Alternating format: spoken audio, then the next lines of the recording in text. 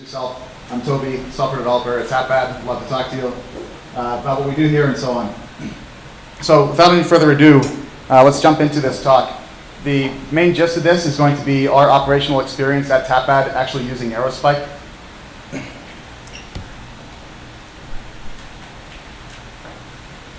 I hijacked this deck from the sales team, so that's why it looks beautiful and it's got animations. You can see that's why I correctly answered the question.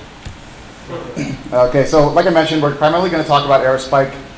There are a lot of different components that go into the Tapad technology stack that allows us to scale and do this cross-device technology effectively.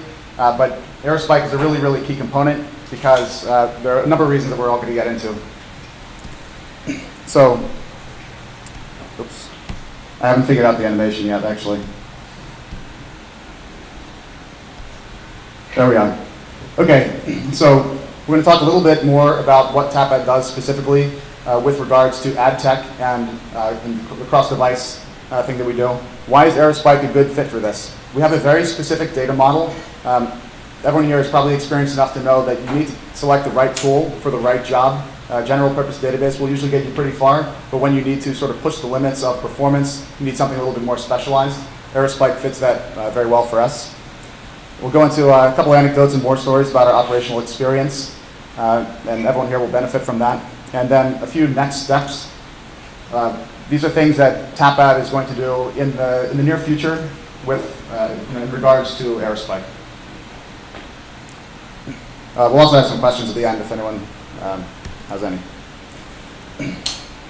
Okay, so primarily what Tapad does is real-time bidding. This basically means that at any given time, when somebody opens up an app, or they open a web page, there's going to be a message sent from a cluster of servers to a bidder system.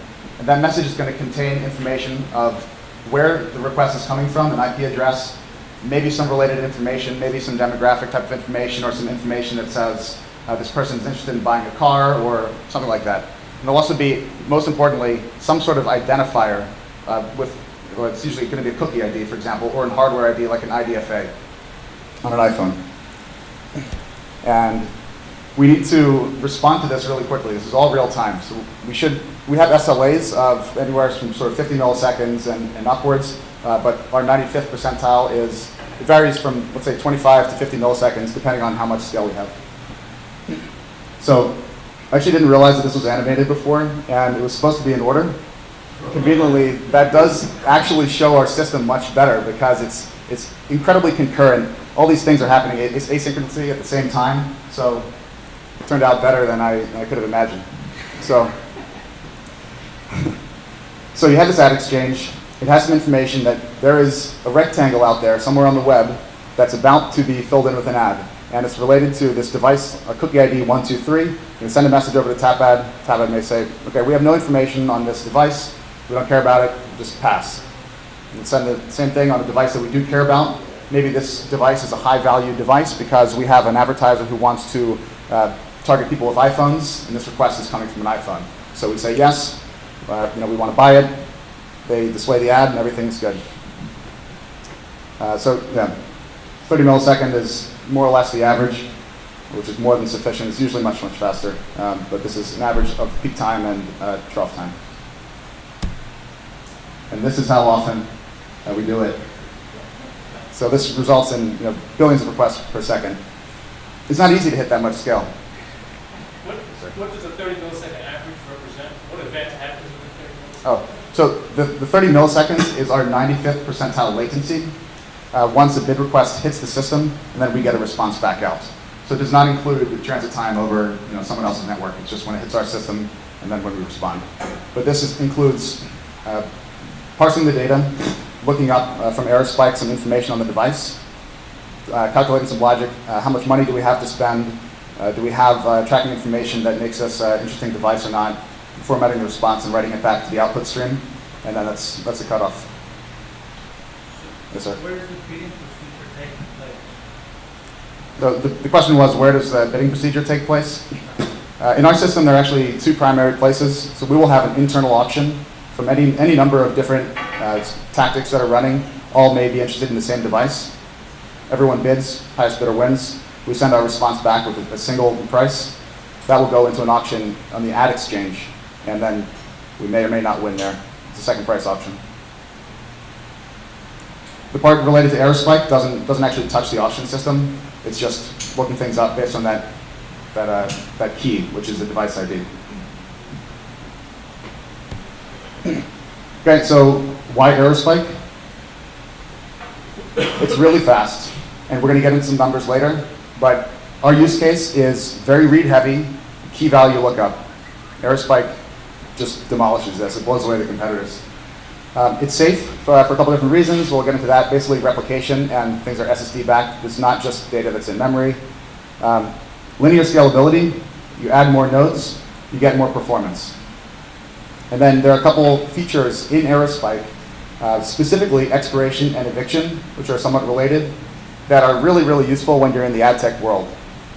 This database was created by engineers who were in ad tech, and that's why we're able to take advantage of these specialized features that may not be as important in a more generalized database. Okay, so on our cluster right now, we're getting about 350K reads per second at peak times. You may note that this number is different than the 250K that I showed earlier. It's because any given bid request may actually trigger multiple reads from the database. That will primarily happen because we have multiple IDs from different partners that all represent the same device. So we have a thing called an alias. You look up device 123, and maybe you don't actually get the device yet. You see that it's actually a reference to something else. Follow the chain down, make another read, then you end up with the device record. And as you can see here from all the promotional materials, we actually do see in production that yes, 99% of these reads are under a millisecond. We can hit degraded service sometimes for a variety of reasons, but by and large, the performance is fantastic. And I think there's some folks from Thumbtack over here who made this chart. And this basically shows Aerospike's performance of throughput on an SSD-backed data set, and pretty much shows the numbers here. It's significantly faster than some competitors in this space. So like I mentioned before, we're very, very read heavy. So we're doing 350,000 reads per second, and on the other side, we're doing probably about 30,000 writes per second. So it's very tailored one way, and conveniently, that is the one where it actually performs even better.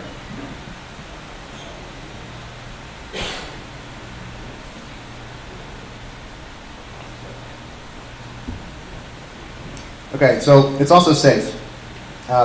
We use Aerospike as a primary database. It's not a cache, but it does have some similar characteristics to things like memcached, which is only in memory, so if nodes go down, your data is not there anymore. You can configure Aerospike to operate in this manner with in-memory only storage, but the way our setup is, we have 100% of our keys and indexes in memory, and then we have 100% of the records in storage on disk. This is really convenient because we actually have incredibly consistent read and write performance, which is great. We had tried some other databases earlier that, because of caching, will sometimes be really, really, really fast, and then all of a sudden performance drops off a cliff because some of your data is not in memory anymore, and you have to hit disk, and the disk is slower, and everything starts bogging down. Since on all our reads, we are actually hitting the disk, it's still very fast, but it's very consistent as well. Okay, didn't quite go in order there. Replication factor. So you automatically get replication with Aerospike. We use a replication factor of 2. This means if a node goes down, the data is still available. And the middle one, this one is really handy, cross data center replication. It's fantastically simple to set up, and it works very well. So we have 2 data centers in the US, one on the East Coast, one on the West. You send an update to the West Coast data center. It's going to appear on the East Coast data center milliseconds later.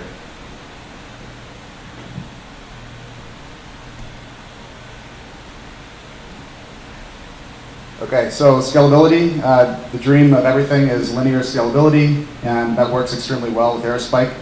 Add a node, and your performance will increase linearly for reads and for writes. The caveat is that it's not magic. There are still some operational concerns to pay attention here. We'll get into that a little bit more later. But basically, when you add that node, it's empty, it has no data, but it's joining a cluster that has potentially many terabytes of data. It needs to do some heavy read-write operations in order to figure out what data to replicate to itself. So it will affect cluster performance. So of course, much easier to scale a key value store linearly than something like a relational database. That's completely fine. It's not cheating or anything like that. This fits our data model perfectly. Okay, so for these special characteristics, expiration and eviction are really handy for ad tech. In ad tech, so all data is important, let's say, but fresher data is significantly more important. So Aerospike has facilities to set a TTL on a record, and then once that TTL is reached, there's a supervisor thread for the namespace, which is basically a database, and it will find the old records and chuck them, leaving you more space for adding new data. And so the eviction policy is kind of similar, where if you enter a situation where you're actually running out of storage space, you need to write, but there's no space, Aerospike will look at the oldest stuff, in other words, things with the shortest TTL, and it'll start chucking those out, because those are theoretically the lowest value, because they're about to expire anyway. We'll just accelerate that expiration process, and this allows your system to continue running with maybe slightly degraded performance, because you're dropping data, but the whole system is able to keep running. And that's really valuable to have that resilience. So real quick, how many people here are in ad tech? Okay, so that's the vast majority. So no need to go into this anymore. New data is more valuable.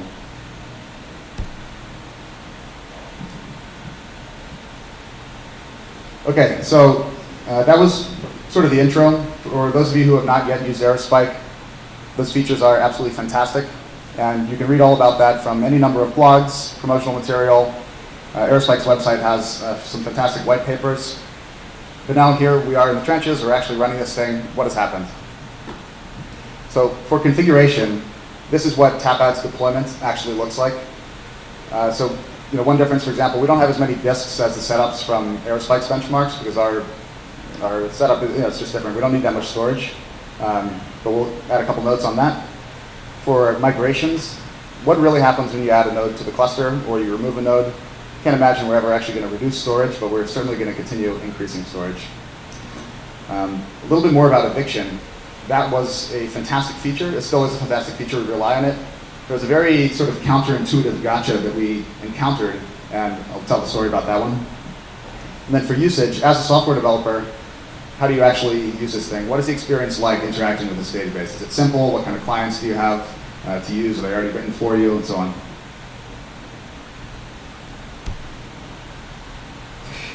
Okay, another meme. Got to laugh that time. It's good. Okay, so big data has all sorts of different definitions. We at Tapad have a decent amount. No, the number's not there. Well, anyway, so we have something like 3.3 billion objects in the cluster right now, representing multiple terabytes. And alluded to this earlier before, we have all the keys in memory, all the data on storage.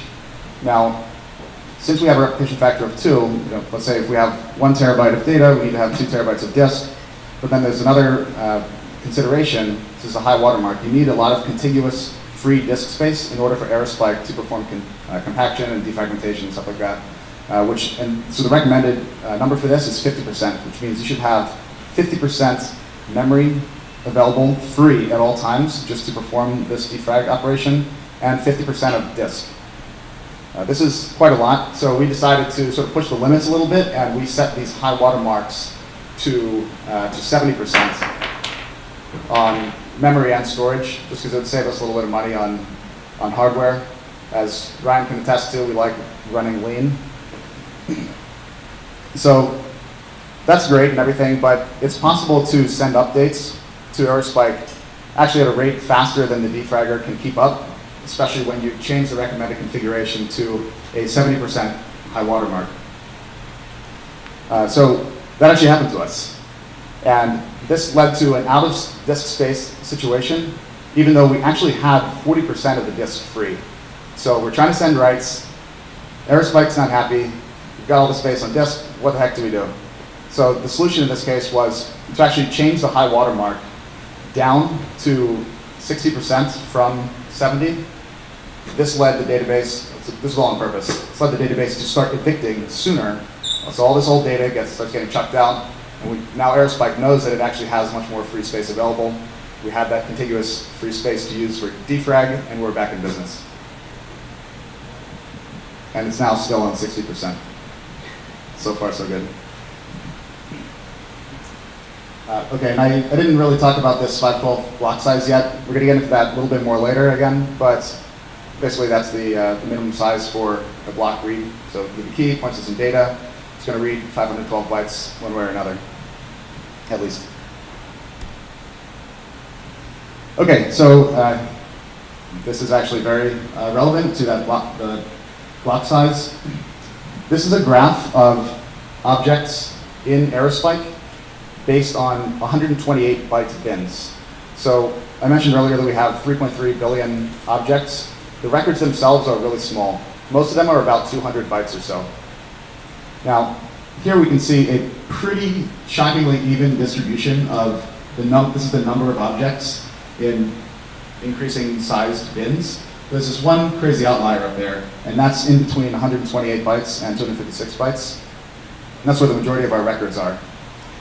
So what this actually means in practice is when we write a 200 byte record, when we read, we only need those 200 bytes, but we're actually reading back 512 bytes.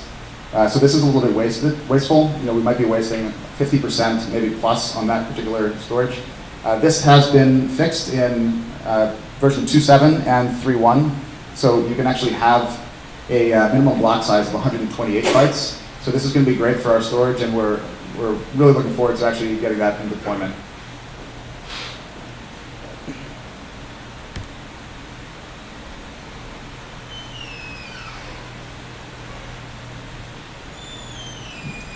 Okay, so migrations and partitions.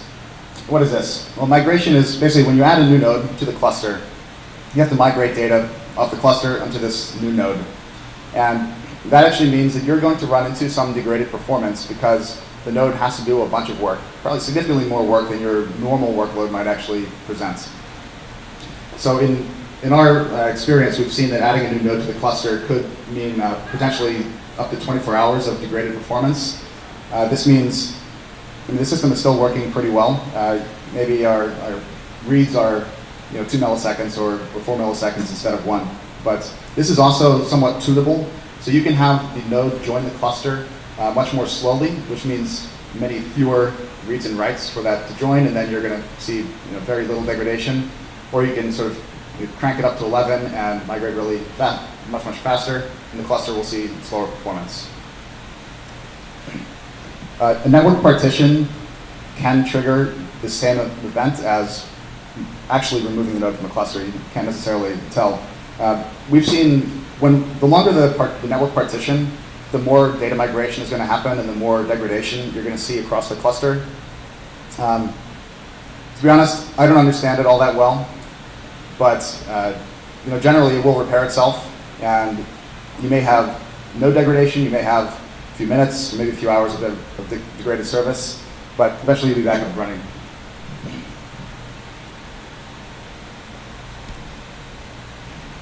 Okay, so I promised you a little bit of a story about this eviction situation, and so here it is. To recap, eviction is basically a fast forward of an expiration policy. If you are hitting your limit on storage and you are continuing to try to write to the database, there are a couple failure options. A traditional database will probably just reject the writes. Aerospike will try to keep that fresh data, and it will look in the oldest data and start checking that early. The way it does this is based on the TTL of the record. So this is my beautiful artwork here, and it shows objects on one side that are going to expire pretty soon, and then over here objects that are going to stick around for a very long time. In practice, these numbers were 13 months for this bucket, and then for the other bucket where we have the vast majority of records, something like 30 days. And literally nothing in between.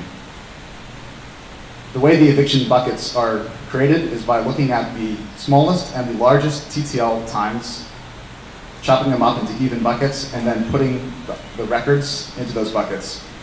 In this case, there's not an even distribution whatsoever, as you can see. the majority of our data was in this low TTL bucket, which is the one that is going to get evicted from. Once you're in that bucket, Aerospike will, I think it's randomly, or maybe not now, but apparently randomly chuck something from the bucket. Now, if you have an even distribution of TTL, this is completely fine, and it's fantastic, and it's what you want. When things are not distributed well, it's going to appear as though data is randomly being evicted. This was really, really confusing for us. But once we figured out what the problem was, we realized that we needed to get an even distribution of our records in these TTL buckets so eviction will work properly. So the old bucket will actually represent the oldest things instead of everything. So we simply did a job that took all these records with a very high TTL, changed it to exactly the same as the other records TTLs, and we just have this other job that will kind of cycle through and continuously refresh those objects. And that's been working for us.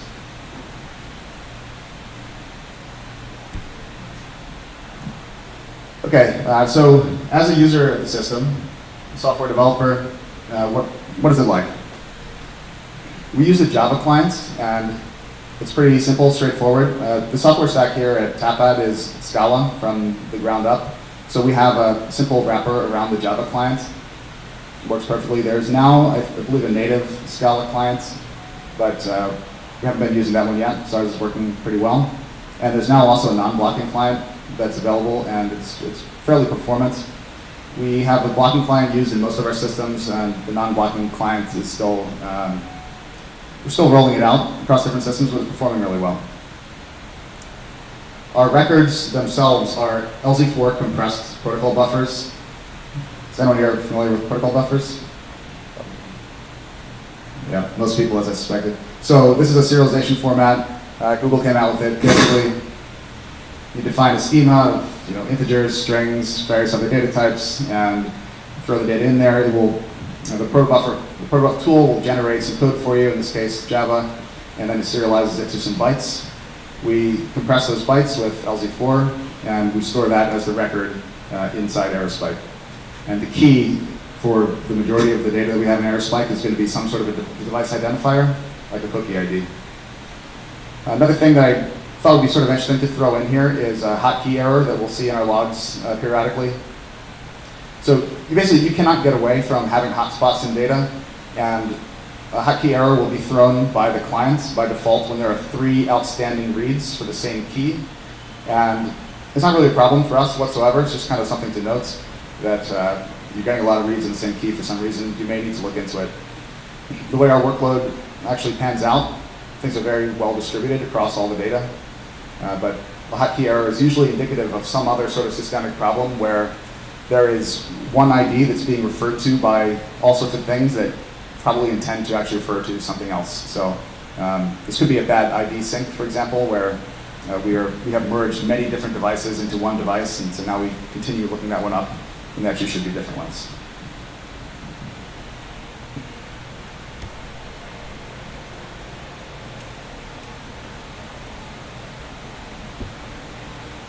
Okay, so what's next for Tapad and Aerospike? Well, one thing that we really, really want to do is what I mentioned earlier, is get an upgrade in so we can use a smaller minimum block size. This will save something like 50% of our storage because we don't need a 512 minimum block size. We use the 128 block size. Yeah, so we also have Redis in our system, which we use primarily for a bunch of counters. Redis has this atomic increment operation, so you have a key, which is an integer, and you say, okay, increment this thing by 1,000.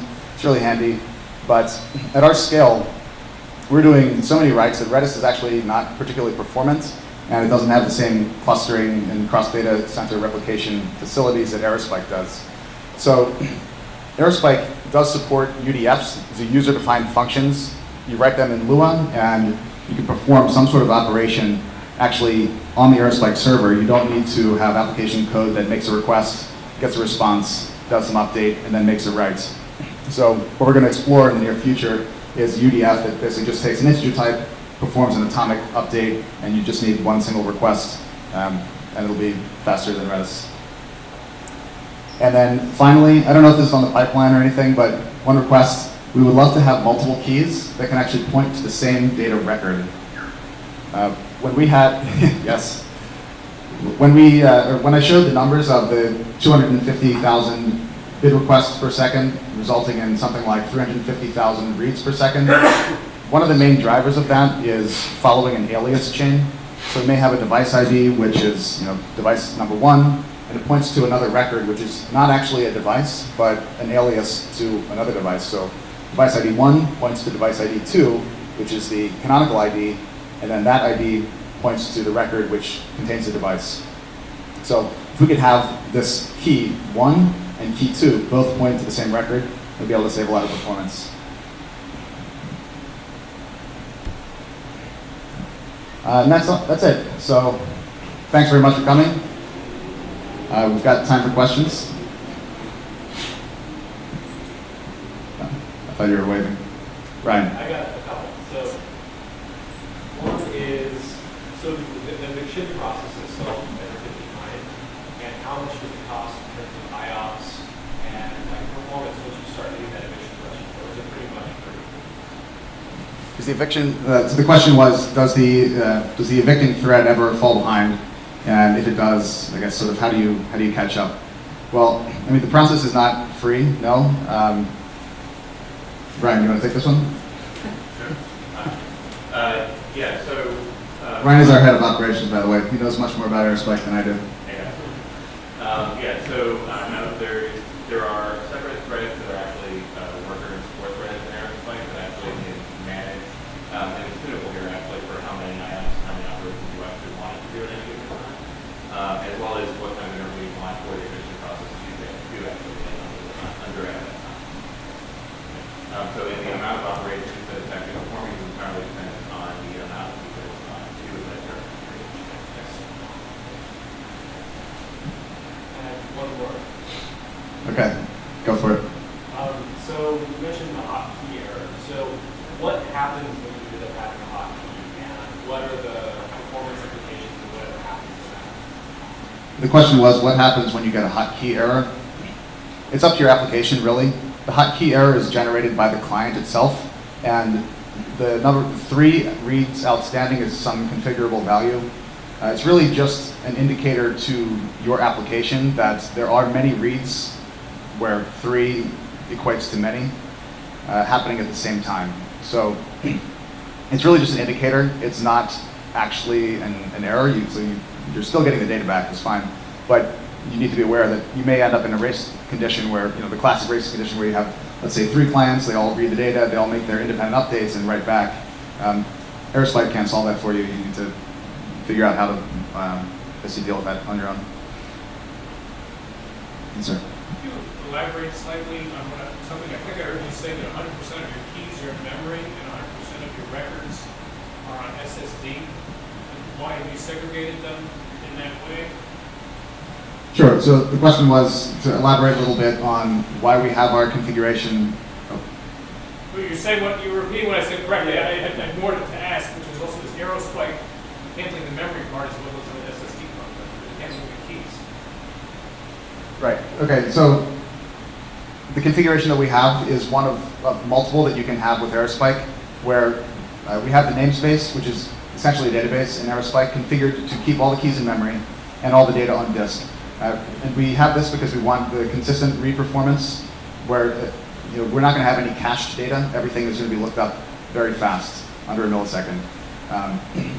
Having that consistency and performance makes it so easy to decide or to figure out how much it's going to cost if you want to scale out. There are no mysteries. Some other database systems that rely more extensively on caching can make that a little bit tricky, because if you have hot data in memory, excuse me, that's fantastic because you'll be able to read it very quickly, but once you hit disk, things sort of fall over, so you may actually need to get many more new servers than you may otherwise have expected. Because of this consistency, you know that you add one node, you're going to get exactly the performance that you expect. There are other configurations, so you could have an entirely in-memory storage, which is kind of like a traditional, like a memcache sort of setup, where your keys and data are all in memory and there is no durability. You can also have SSD-backed in memory, where the data is in memory, but then it sort of persisted to disk behind the scenes. Does that answer the question? Yes, Sir. You guys used this new features in Aerospike 3, user-defined functions, and what is your experience with it? So we're not on, sorry, the question was, have we used user-defined functions, which are a feature of Aerospike 3? The answer is we're not on Aerospike 3 yet, so no, we have not used them. But one of the things that we want to explore with the UDFs is to have things like atomic increment operations. And scripting in Lua seems to be pretty simple. I think it'll be straightforward, but I don't have any practical experience with it yet. So you said you have things replicated across the country. Do you guys ever run into a problem? You mentioned network partition is similar to bringing up a new node. Like, how often does that happen? How do you keep that from happening? The question was, we have this cross-data center replication operating between the east and west coast. What happens if there's a network partition? What are the operational concerns? Yeah. So sure, network partitions definitely happen. The transit provider might have a blip and we won't be able to replicate for a little while. It'll basically just pick up after the partition heals itself. There's not really that much more to it. It's sort of magical scaling sprinkles. Brian, do you want to add anything? So the way CLD, so it goes to CLD A and C, right, the actual Aerospike daemon itself. There's also a replication daemon that runs apart from it. Aerospike itself keeps a log of all transactions that occur at any given time with a particular generation number associated with it. So while they're writing locally and the network can happen, right, there's a generation written. The replication daemon will be trying to send, will not actually be able to send when the actual connection is revealed. It'll actually do a generational check on when it's actually replicating over a new generation of a file, or not a particular key. And it'll say, all right, on generation 6 or 7, and it'll actually try and resolve that within itself. Does that answer your question? Yeah. So it's on both sides. Aerospike's actually unique, unique in the sense that, or one of the positive features I should say is that it is multi-write. You can actually write to both those, for example, at the same time. And it'll actually handle generational based collision detection. So to repeat a little bit of that for the cameras and for the folks who didn't hear, there's a generational system that each server will have, so it knows how which writes have been actually propagated across, and also XDR, cross-data replication, is it's multi-master, so you just write anywhere and the change gets propagated. At any given time, what's the percentage of your reads and writes? So the question was, at any given time, what's the ratio of reads to writes? Very roughly 10 to 1. So 10 reads and 1 write. Correct, yeah, 10 reads, 1 write. And what's your timeout configuration? Is it specify the timeout for request? And what's the percentage of how many timeout exceptions? So the question is, can you configure a timeout in the client, and what's the percentage of timeouts? So yes, you can configure the client to timeout at sort of whatever timeout you want. So for us, we can put a couple milliseconds in there. We have some batch jobs where we actually crank up the timeout to even seconds sometimes, because we don't want any timeouts whatsoever. But the percentage of timeouts is completely dependent on your client configuration and how much activity your cluster is getting. So you can imagine that if you have timeout set to 1 millisecond and your cluster is supporting 99% of reads under a millisecond, then you'll have 1% timeouts.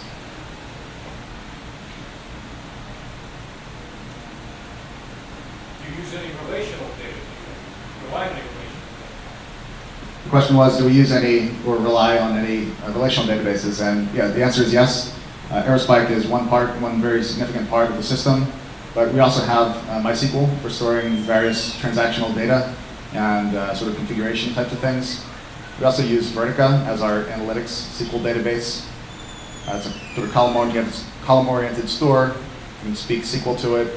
It's pretty simple. We've got a 5-node system now storing many terabytes, which is a right tool for the right job sort of distinction, where Aerospike is extremely fast for that synchronous request-response cycle. We need it to be super fast. Analytics on Vertica, and these things can be seconds or minutes long queries that are generating some of the batch jobs that don't need to be particularly fast. It's a great database though.